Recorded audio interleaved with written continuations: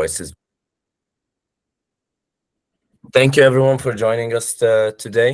Today we're having a special interview with Dr. Tareq Kass-Hout, if I'm not pronouncing that wrong. A graduate of Syria, and he followed his neurology path in the United States of America, in the state of Chicago. Dr. Kass-Hout is a neurologist, vascular neurologist, and a neurointerventionist specializing in minimally invasive treatments of vascular disease and the brain and of the spinal cord. Dr. Tareq Kass-Hout is an associate professor in the University of Chicago, professor of neurology, and the department's inpatient medical director and director of the Neuro and Vascular Service. How are you tonight, doctor, or morning if you're in the US right now? Yeah, good morning. Yes, very well. How are you? Thanks for having me. Thank you, doctor, for coming today. So I guess we could start if there's no problems. Absolutely. Yes. So as a doctor in the US, would you maybe like to tell us what is your usual day in the hospital? Yeah, sure, absolutely. As you said, I'm a neurologist, but that's my background. I don't practice neurology anymore because I'm focused on doing procedures. I do something called neuroendovascular surgery or intervention neurology. The specialty is brand new. It's maybe not mature till the early 2000s, which you treat lesions in the brain and spinal cord like aneurysms or AVMs or stroke by means of catheters similar to cardiologist, but in the brain and the neck. So it's a heavy work because it's a procedure, and it's usually, not usually, half of the time maybe, it's usually emergent procedures. So I have one partner in University of Chicago, so both of us take call. Like I take on call 1 week, he's on call 1 week. For my week call is usually very busy. Every time they call us for stroke or trauma or rupture of the vessel in the brain, we have to respond immediately. Outside of that, we do have clinics, we do have inpatient services. So my day usually, it's around me dropping my kids in the morning to school and going to work. It's either start with a procedure or rounding on the inpatient, or sometimes like a couple of days a week, I see patients in the clinic. And every time there's an emergent case, I drop everything and go and do it. Aside from that, there's 2 days that I do procedures electively, meaning patients who are scheduled ahead of time to treat like a carotid stenosis or an aneurysm in the brain. And that usually in my schedule lies on Wednesdays and Thursdays. As you mentioned, I'm a director of multiple services, so there's also a lot of meetings that go into my day too. So it's usually a busy full day. Yeah. So going back to the past a bit, would you like to tell us maybe about where you come from, what kind of childhood, I guess, the impact of your childhood on choosing your career, what sort of cultural background you have? Yeah, so I'm from Syria, Damascus. That's where I was born and raised. My dad was an architect. My mom was a housewife that pretty much took care of us. My dad, because of his travel commitments and job, he had to travel a lot. And my mom was like the main keeper of the house, and she took care of us most of the time. I'm from a family that all my brothers and sisters are doctors. That's because my dad was always pushing us to be on top of our class. And back in Syria, if you're on top of your class, you have to go to medicine. I actually did develop interest in architecture, and I joined the architecture school for 1 year with my dad was there as the dean. But it was like my dad kept pushing me that, no, you should be a doctor because it's just a brighter future. And I listened to him, and I don't regret it. Actually, it's just, I feel like it's paying off every day. But culture-wise, back in Syria, if you're a doctor, you're successful. That means you're helping people, you're a busy person, you actually work hard, and you're a successful person. So that was kind of put in our culture, and I agree or disagree with it. I just followed it. And again, I'm happy where I am right now, and I do feel like I found myself in medicine, and Actually, it was very nice dynamic that my whole family are doctors. So it was good to always exchange expertise between your own siblings. I studied medicine in Damascus University, which is the most common and most prestigious school in Syria. It's medical school over there, 6 years. You don't have to go to college. And it was very early on that I remember that my first rotation as a medical student was with the cardiologist in one of the cardiology hospitals. And he was showing us how he put stents in the heart. So immediately a question came to my mind, and it's like, okay, so can you do these in the brain for strokes? And I remember he laughed at me, and he made everybody laugh at me. He's like, there's no such thing. You can't put a stent in the brain. That's early 2000s. So I went back home. At the time, internet was not something you find in Syria easily. You have to go to a store to try to find, we call it internet cafe, that you have to go to places that you can actually purchase time to go online. And I did look up stenting in the brain, and the first thing came was Dr. Qureshi, who was one of the godfather of this field in Buffalo, New York at the time. And that became my passion after that, because I finally found that actually this thing exists and it's something new and people start to do it. And fast forward 8 years, 2008, I was an intern in urology in Buffalo, New York. So that was my main passion, and that's how I started to have this interest into this, and how I just joined this journey afterwards. It was a very long journey with multiple fellowships till I became fully trained in endovascular surgery. So would you say that you started like studying medicine as just something that was the best choice and then grew to love it and having a passion for it? Yes, especially brain. It's just from, I remember you get neuroanatomy as a second year, I believe, if I remember correctly. And I remember that the highest score was like 60 something from 100. And I remember I got 88%. It's just, I had a huge interest in it. It's just, I always thought that it's very hard to understand the brain, but when you do, you excel in it. And since then, I knew this. I have to be either a neurosurgeon or a neurologist, or someone in the middle. And when I learned about being able to do procedures endovascularly, meaning without doing the open surgery, and you can actually do these procedures minimally invasive, that's when I was like, this is what I really want to do. And years after, I was able to do it.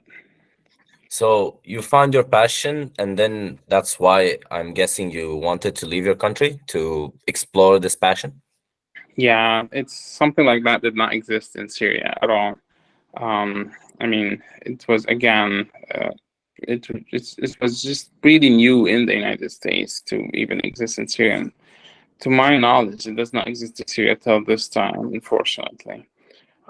It's just something that you heard about, you read about, but it was never able to see it happening. And I didn't even see it till the year 2008, 2009, when I actually moved to the States.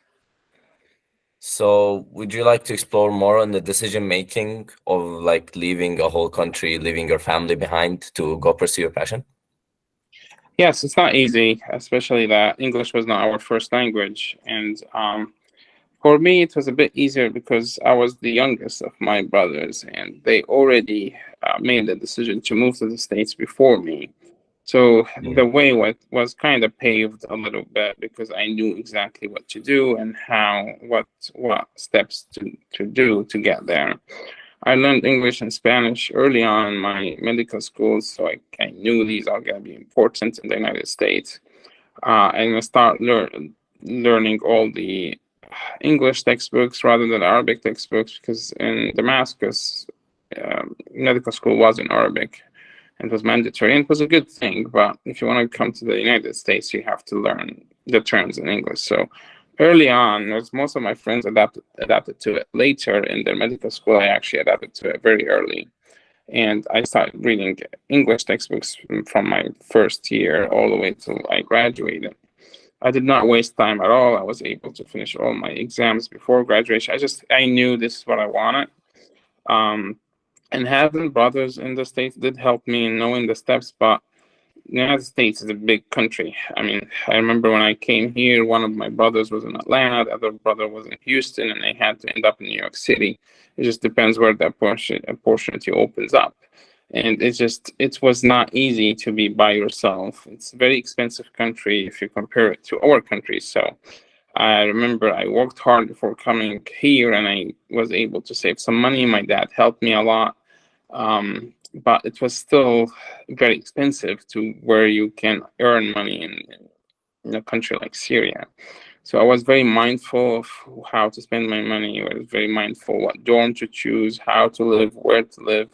And then after that, you have to start interviewing all over the country to get a spot in residency. And just by being not non-American citizen and non-American graduate, it becomes way harder for you to find a spot in residency.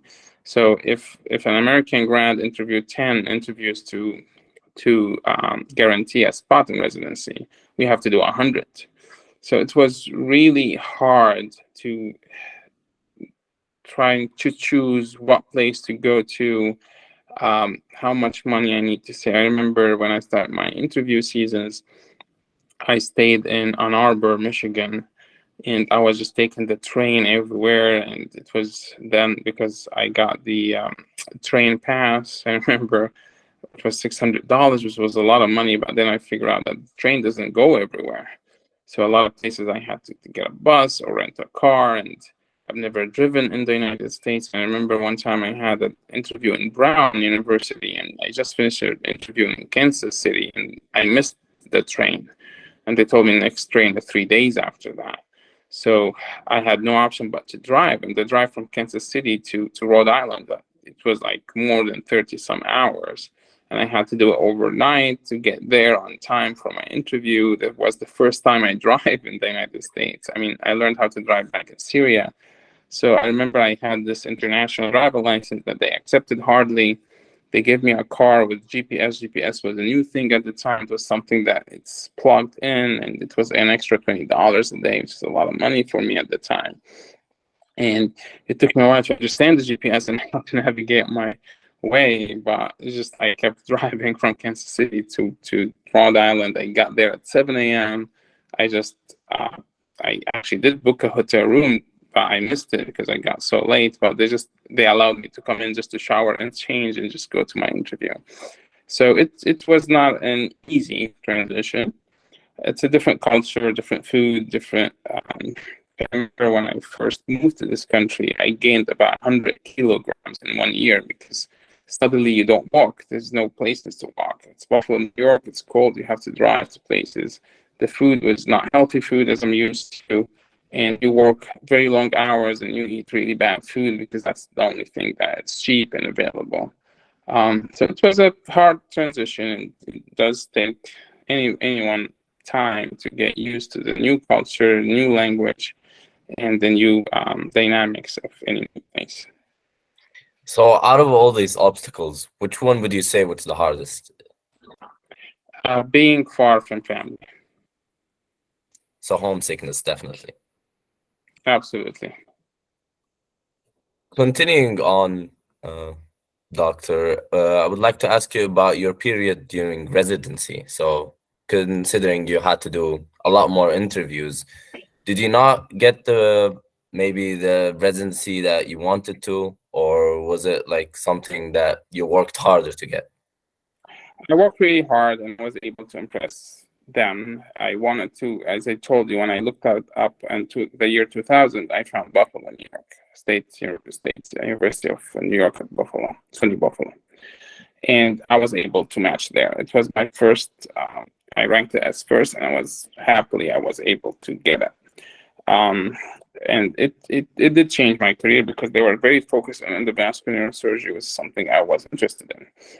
To be honest, I don't think it was a good neurology residency program. So if you just wanted to be a neurologist, maybe it was not the best place to go to. But because I was so focused, I did not want to be a neurologist. I wanted to get my neurology training in preparation to be able to be the stroke doctor and endovascular doctor that I wanted to be. One thing about that place, it was not easy working. In the language of the match, they used to call it a malignant program. It was very harsh on residents. It was overwhelming because every day you have to be there at 3 a.m. and to start to prepare. It's around at 5 a.m. and then you almost never leave. It was like very common for me to get home at midnight, and then at 3 a.m. I have to be back to work. And a lot of times it just did not go back home. It's not worth it. If I have only 2 hours, I'm just gonna sleep in the hospital and then go from there. Also, it was very different as a residency program because as a neurology resident, you have to cover 7 hospitals when you. That means like you have to keep driving from one hospital to another. And in the hard winter of Buffalo, it was not easy. And not to mention, it was not a safe city either. So you have to always be careful. So it was a rough 4 years. It was a lot of work. That's when I gained a lot of weight and took so many years afterwards to try to get rid of some of the weight I gained. But it was work nonstop. It was again hard environment to work in, so we were always scared that somebody gonna get fired, or you have to be always on your toes to not get fired. It was that environment for 4 years, and it was a tough 4 years, but it prepared me well to be able to go and be a fellow anywhere else, because in my mind I went through the hardest. They did offer me to stay in Buffalo, New York to do my endovascular fellowship, but at that time I was like, I really need to explore something different. I went to Emory in Atlanta and I did my stroke fellowship. I went to University of Miami and in Miami, and I did my neurocritical care fellowship. And then finally I went to Rutgers University in New York City area, where I did my endovascular training. All these fellowships were amazing. It was way better. I was already used to the system, but it was more a focus on training than anything else. I learned a lot in these different fellowships. And by the end of my fellowships, I'm ready to deal with any critical situation. So my main point with these obstacles during residency was I noticed that a lot of minority doctors faced a lot more obstacles during residency. Like even before you reached residency, you had to work harder, and then during it, you had to work harder. Do you think it's a product of racism, or is it because of a self pressure to prove yourself to everyone around you? I think both. You cannot just close your eyes and say there's no racism. There's racism everywhere you go. It was real and you feel it. It's always there. And I feel it till today. Even when you go to a shop and try, you have an accent. When you go to buy something in Whole Foods, you feel it. Some cities you feel it less than others. Like now I live in Chicago, so I feel it less often because it's a bigger city, more diverse, and it's more acceptable to be a foreigner. But even around the city of Chicago, there's some hospitals I cover around the city of Chicago. And immediately when you go to these smaller places where clearly you're a minority, you feel it. And it's always there. It's part of our daily life. For example, if 10 people apply for a chairmanship position, if you're a foreigner and you have an accent, or you are a footballer, you definitely have a least chance. You have to work. We always say you have to work 10 times harder than the majority here to be able to get the same equal portions. That's real, and everybody knows that. But it's not unique to this country. I don't think you see it in so many other countries. But that's something from the first day. You hear the comments. You hear like, "This is not your place. You belong here." That's something you hear. I remember my first patient ever was telling me that I'm paying your salary. It's like, no, you're not. I work here, I pay tax, so I don't think you are paying my salary. I'm just doing my service, and that's how I'm getting my salary. But overall, it's there, and I'll be lying if I say I've never felt racism. I felt it maybe every day in my life here. But I'm here for a reason. I'm here for a cause, and I believe in what I do, and it's just you get used to hear these things and just ignore it and move on with your career and your life. So, was there a specific personal encounter where maybe racism undermined your position or your career? I don't think anybody was able to stop my career, but back in Buffalo, there was definitely program director, he tried to fire me. He could not, because legally he was not able to. I remember he prevented me from getting my book funds. Like everybody else was able to get $500 book fund, and I was not able to. And the excuses he will give were just funny. He really tried to put me on probation, but again, I was doing my job legally. He could not do that. But it was clear, and my brother was in the same program as I was. We were together in the residency program, and we both suffered through that. But at the end of the day, I remember when we graduated, both my brother and myself did not even go to the graduation dinner. It was like, we do not belong here. We're not part of this team, because we never felt part of that team. And it was clearly that we were treated differently.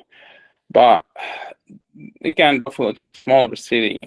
Going to Emory, we felt more like it's way more diverse. Atlanta, it's a bigger city. Same thing in New York and Miami has a lot of diversity too. So over the years, we just got used to it.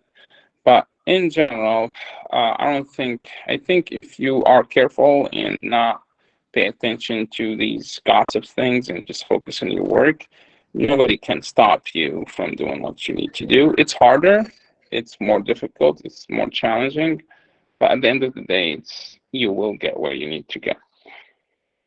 Do you think it's possible for med students like us, or fellows, or people working in the medical community to like step up and maybe reduce this issue, fight against it? Do you think it's possible, and in what ways do you think we can do it? It's not easy, because uh, if you're targeted, and if you try to, I mean, there's a law in this country, and you can always go back to the law to protect yourself. And this happened.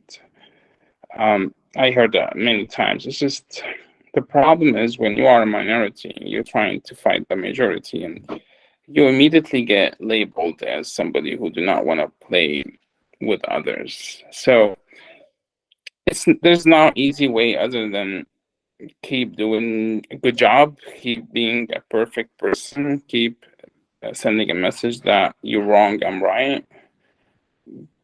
But I don't think there's, like, if you try to fight it any other way, it might hurt you. Because I know people who just say, well, this is racist, and this comment was racist. And when they try to raise it up, they got hurt more than anybody else, because nobody want to hear about these things. Nobody want to hear you complaining. And then if you complain, then you're a troublemaker, then you get more in trouble. So I learned over the year to just ignore it and keep going. As long as you do a good job and you do what you need to do, they cannot hurt you. I mean, they're not going to praise you or push you to the top. It's hard to get that easily. But at least if you do a good job, nobody can hurt you. So, moving on to a more academic question, do you think there are any specific, in your case, I guess, neuroendovascular diseases that are more prevalent in minority patients? Yeah, absolutely. Like there's something called intracranial atherosclerotic disease. You see it more in Asian patients. You see it also the African American, because unfortunately they have poor access to care. So if they have diabetes, most likely it's not treated well. So you see that disease with them, but it's a disease that you see more with Asian. There's another disease called Moya disease. It's also part of occlusive disease of the vessels in the brain. You see it mostly in Asian people. You can see it again with African American with poorly controlled risk factors like blood pressure and diabetes, but it's mostly seen in Asian population. AVM, for example, it's a disease you see everywhere, but it's maybe more prominent with Hispanic population from South America or Mexico. So definitely genetic genes have predisposition to certain disease. There's no question about that. And in my field, yes, absolutely. There's always risk factors that can cause a problem, but familial history or genetic history is definitely one of them. Yes, definitely. Would you like to share with us your latest academic highlights, stuff you've worked on lately, something you'd like to tell us about? Yeah, my main focus is intracranial atherosclerotic disease. It's a disease that It's pretty much similar to coronary artery disease when the vessel in the brain start blocking, and that can cause bad strokes, and it's not easy to treat. We were part of multiple trials to prove if you open it with a stent, does it do better or not? And for the most part, it does not. And medical therapy might be the best therapy, but still not ideal therapy because they do have a lot of strokes, even with best medical therapy. One version of ICAD is when the plaque rupture and the whole vessel block immediately. That's what we call large vessel occlusion, secondary to ICAD. That's something unique, and that's what I'm trying to prove right now, that stenting acutely, or what we call rescue stenting, for this particular disease, even though stenting is not good for this disease, but when it happens so late that the plaque itself rupture and cause a full occlusion, then it makes sense to do the stent.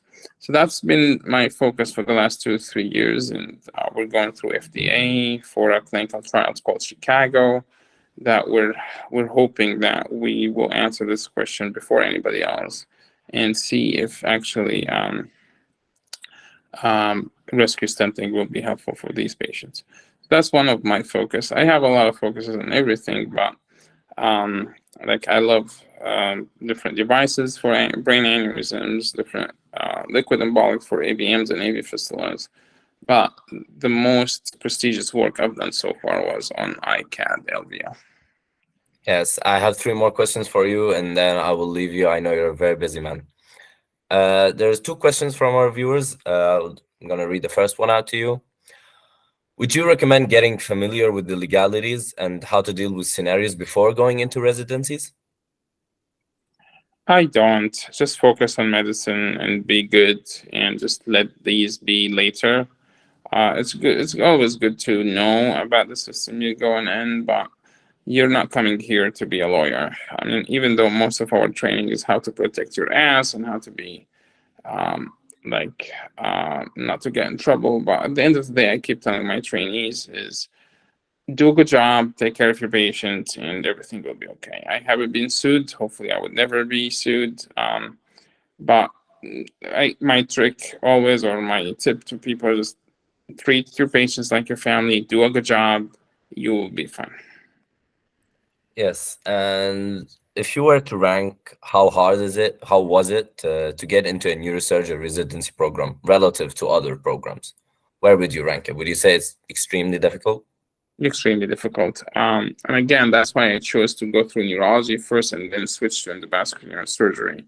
But that was extremely difficult. I remember I interviewed one guy, I'm not going to say names, he was in Cornell at the time, and he looked at my CV and was like, I'm very impressed, and really good CV. And then he said, oh, you're a neurologist? I said, yes.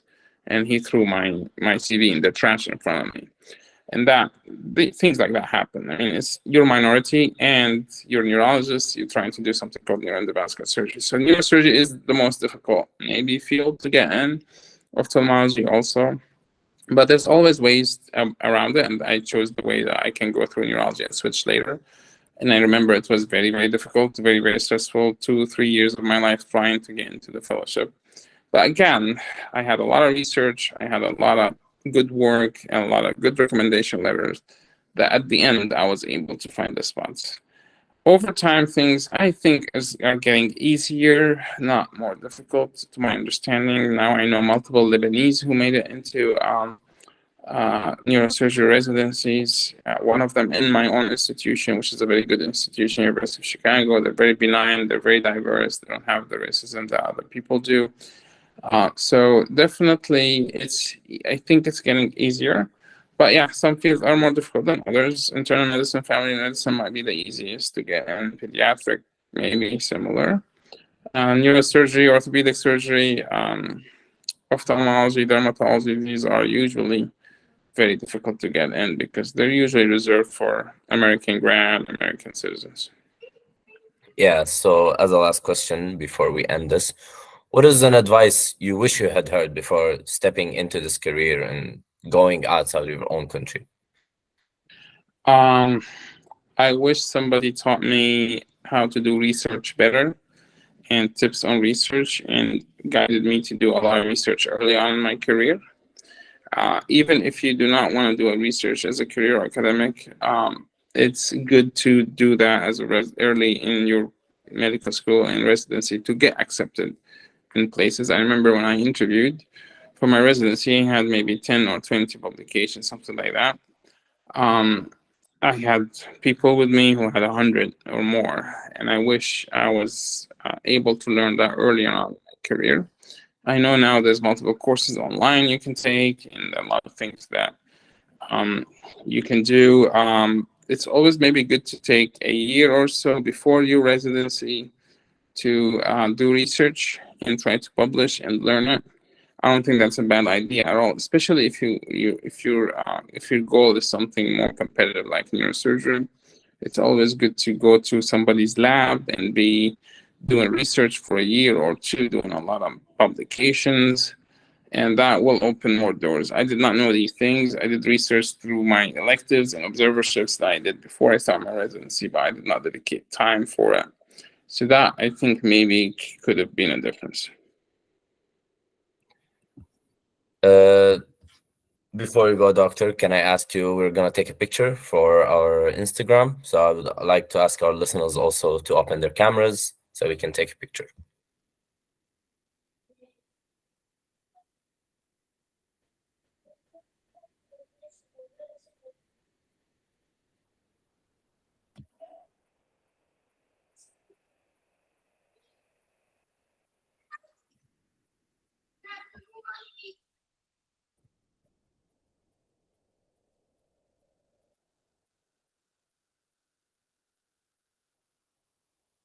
Okay, thank you so much, doctor, for this interview. I thank you for your time, and I wish you a good morning and good night to our other listeners. Thank you, guys, and I wish you all the best of luck. Take care.